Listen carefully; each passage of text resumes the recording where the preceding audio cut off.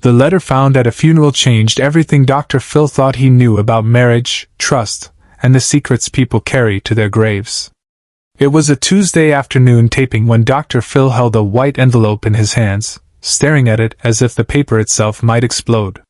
The cameras were rolling, the audience was silent, and across from him sat Margaret Chen, a 58-year-old widow whose hands trembled in her lap. What started as a routine grief counseling session had just become something else entirely. Something darker. Something that would force Dr. Phil to stop the show, call his producers, and make a decision that would change the direction of an entire episode. "Stop the tape," Dr. Phil said quietly. The words hung in the air like smoke. "Just stop everything." The studio lights dimmed slightly as production crew members exchanged confused glances. In 21 years of taping, Dr. Phil had only stopped production a handful of times. This was one of them. Because what Margaret had just revealed wasn't just a secret. It was a double life so carefully constructed, so meticulously hidden, that even Dr. Phil, a man who had spent decades reading people, hadn't seen it coming. But to understand how we got to this moment, we need to go back 3 weeks. Back to when Margaret first walked through the studio doors, clutching a worn leather journal and a letter she had found tucked inside her late husband's jacket at his memorial service. Subscribe and leave a comment, because the most powerful part of this story is still ahead. 3 weeks earlier, Margaret Chen had been married for 32 years to David Chen, a respected pharmacist in their suburban Ohio community.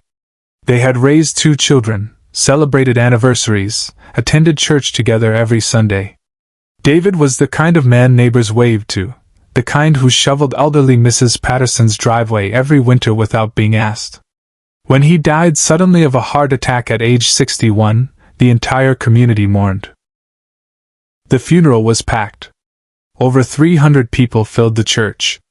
Margaret stood at the receiving line for hours, shaking hands, accepting condolences, hearing story after story about how David had helped someone, remembered a birthday, went out of his way to be kind. It was during the reception, in the church basement, that Margaret noticed something odd. A woman she didn't recognize, perhaps in her early 40s, standing in the corner.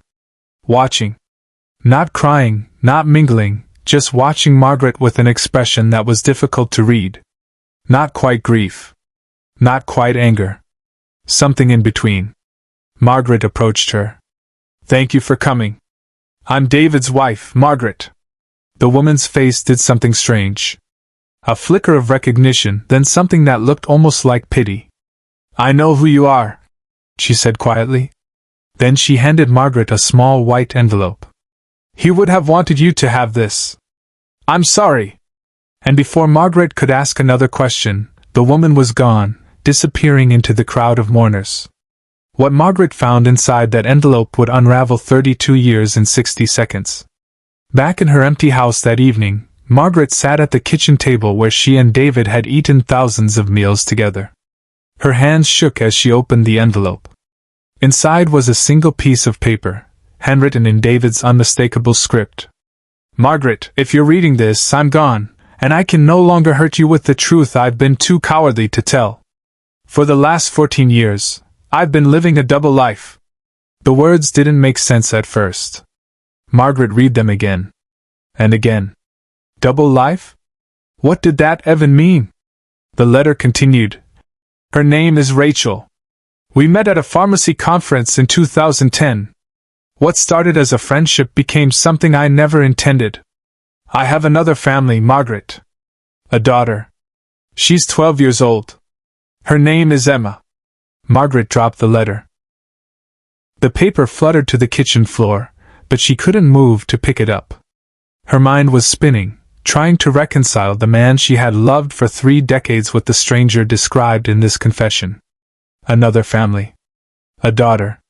14 years of lies. She didn't sleep that night. Or the next. She went through David's belongings like a detective, finding things she had always dismissed as innocent. Business trips that lasted 3 days instead of 2. A second cell phone he said was for work emergencies. Credit card statements with purchases in cities he never mentioned visiting. Hotel charges. Restaurant bills for 2. It had all been there. She just hadn't been looking. Margaret's daughter, Jessica, found her mother 3 days later, still sitting at the kitchen table, surrounded by papers, photographs, receipts. "Mom, you need to talk to someone," Jessica said gently. "This is eating you alive." That's when Jessica suggested Dr. Phil. On the day of the taping, Margaret walked into the studio carrying 3 things: the letter, David's leather journal that she'd found hidden in the garage, and a photograph she'd discovered tucked into the journal's back cover. A photograph of David with a young girl, maybe 11 or 12, both of them smiling at the camera. The girl had David's eyes. Dr. Phil greeted Margaret warmly, his signature directness tempered with genuine compassion. "Margaret, thank you for being here. I know this takes tremendous courage." They sat down. The audience settled. Dr. Phil began with the basics. "How long were you married? Tell me about David. What kind of man was he?" Margaret answered in a voice that occasionally cracked but never broke. She talked about their wedding day, about raising their kids, about the life they'd built together. To anyone watching, it seemed like a standard grief counseling session. A widow processing her loss. Then Dr. Phil asked the question that changed everything. "Margaret, you mentioned on your application that you found something after David passed. Something that's made it difficult for you to grieve. Can you tell me about that?" Margaret reached into her purse and pulled out the white envelope.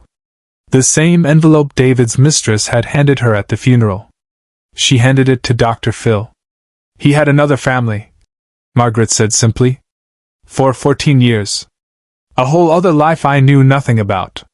The studio went completely silent. Dr. Phil's expression shifted from professional concern to something deeper. Genuine shock. Dr. Phil opened the letter and began to read. His eyes moved across the page, and with each line, his jaw tightened. When he finished, he looked up at Margaret with an expression the audience had rarely seen. He looked angry. "Margaret, with your permission, I'd like to read portions of this letter to the audience," Dr. Phil said carefully.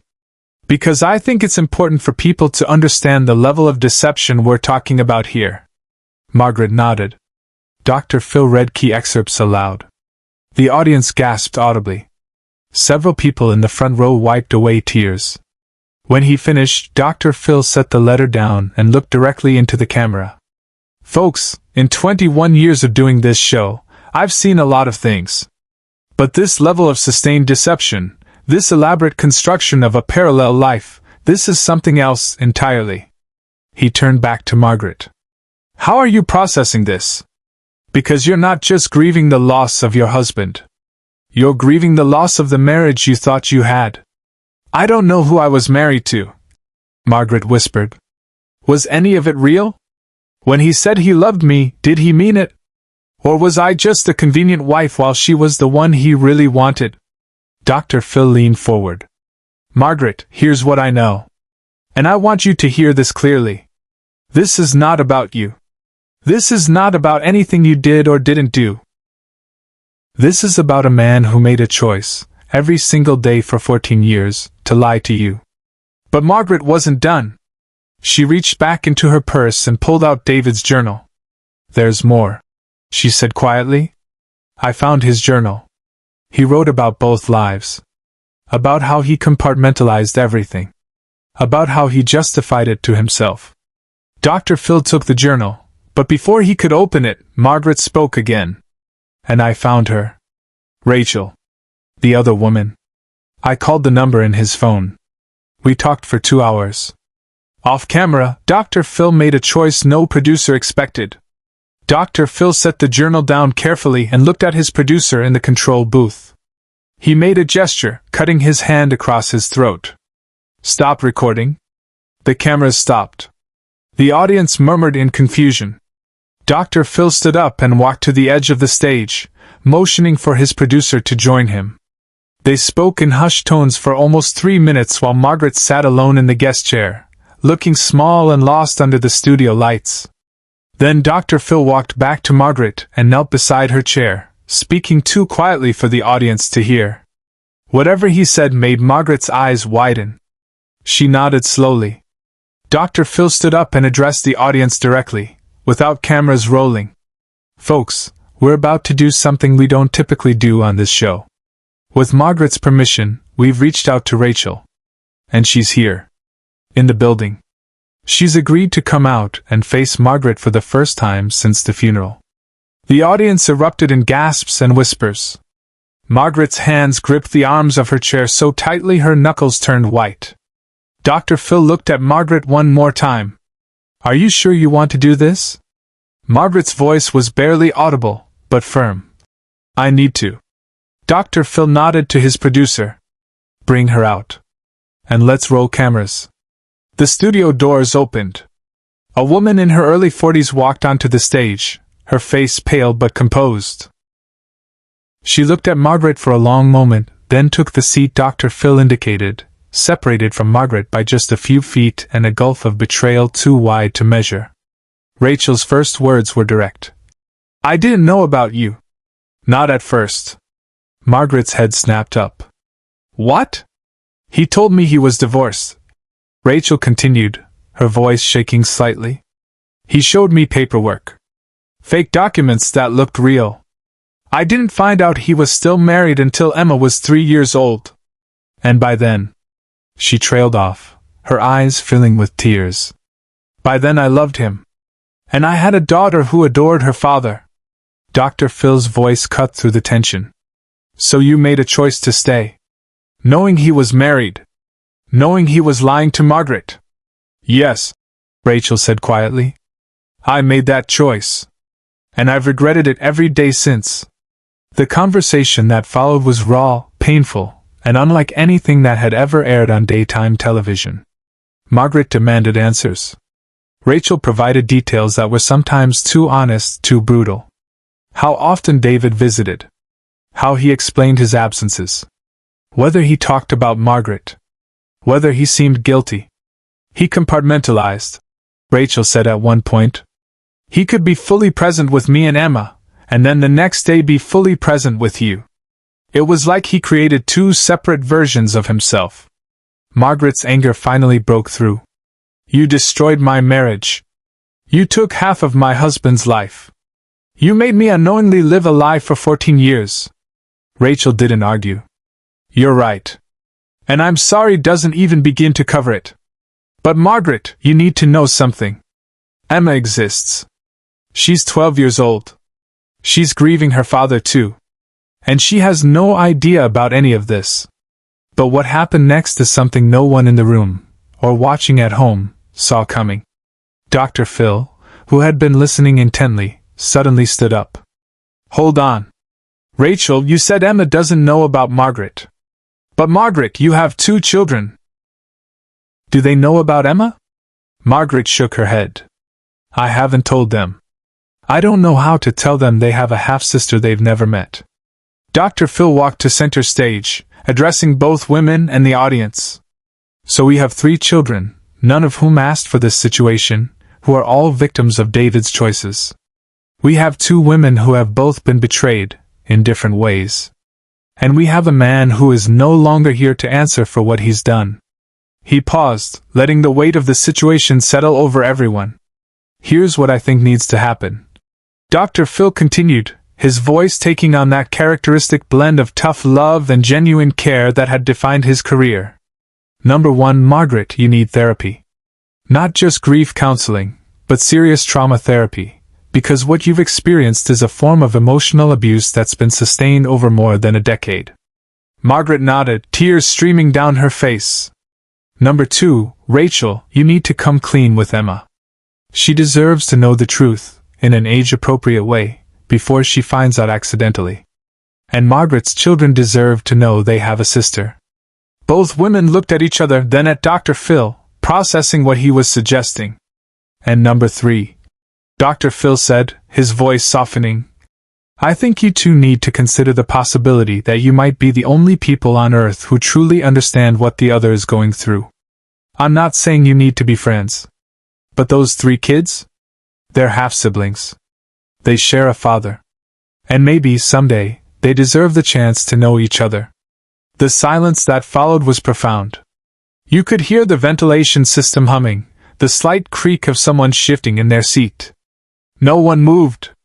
Then Margaret did something unexpected. She stood up, walked over to Rachel, and extended her hand. Not a warm gesture, not a hug, just a handshake. An acknowledgement. A first step towards something neither of them could have imagined hours earlier. Rachel took her hand. They stood there, two women bound by one man's betrayal, and for the first time, they weren't enemies. They were survivors. Dr. Phil watched them with an expression that revealed why he dedicated his life to this work. This was why he showed up every day. Not for the ratings, not for the drama, but for moments like this. Moments where people choose healing over hatred. 6 months from now, Dr. Phil said quietly, I want you both back here. I want to know how the kids are doing. I want to know how you're doing. Because this story doesn't end today. This is where the real work begins. Share and subscribe. Make sure this story is never forgotten. The cameras stopped rolling, but Dr. Phil didn't leave the stage. He stayed with both women for another 20 minutes, off camera, making calls to therapists, arranging resources, ensuring they had support systems in place. Later that evening, as the crew packed up the studio, Dr. Phil stood alone on the empty stage, the white envelope still sitting on his desk. He picked it up, read David's words one more time, and shook his head. Secrets don't die with us, he said to no one in particular. They just wait to destroy the people we leave behind. He placed the letter back on the desk and walked toward the exit. Behind him, the stage lights dimmed one by one, but the impact of what had happened in that room would continue long after the cameras stopped rolling. Because sometimes, the truth doesn't set you free. But facing it together might.